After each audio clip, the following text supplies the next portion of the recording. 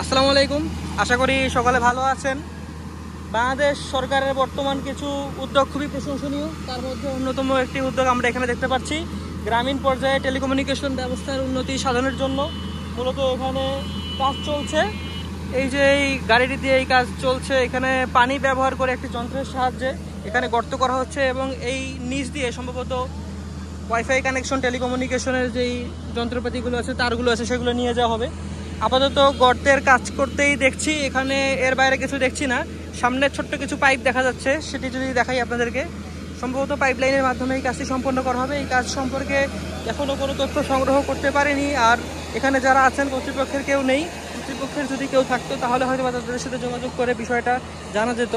এই তো এখানে সেই পাইপ লাইনগুলো দেখা যাচ্ছে, এইগুলো ব্যবহার করেই হয়তো বা মাটির নিচ দিয়ে টেলিকমিউনিকেশনের যে সংযোগ সেটা দেওয়া হবে।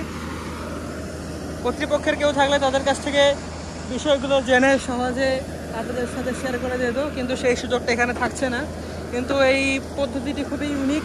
এখানে একটি ট্যাঙ্কের মধ্যে সর্বপ্রথমে পানি রিজার্ভ করে রাখা হয়েছে এবং সেই রিজার্ভ করা পানি দিয়ে একটি ওয়াটার প্রেশার ক্রিয়েট করা হচ্ছে এবং ওয়াটার প্রেশার ক্রিয়েট করে মাটি গর্ত করা হচ্ছে। সামনে একটা বড় গর্ত দেখা যাচ্ছে।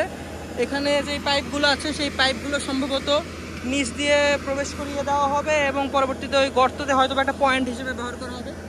আমার তথ্যগুলো আমি সঠিকভাবে দিতে পারছি না, যদি কোনো ভুল ত্রুটি থাকে অবশ্যই তথ্যগুলো কারেক্ট করে দেবেন যাতে সবার কাছে সঠিক ইনফরমেশনটা পৌঁছায়।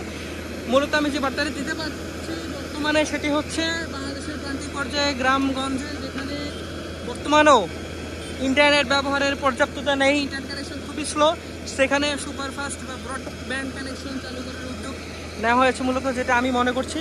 তো আজকের মতো এই পর্যন্ত, এসে ভালো থাকবেন। আসসালামু আলাইকুম।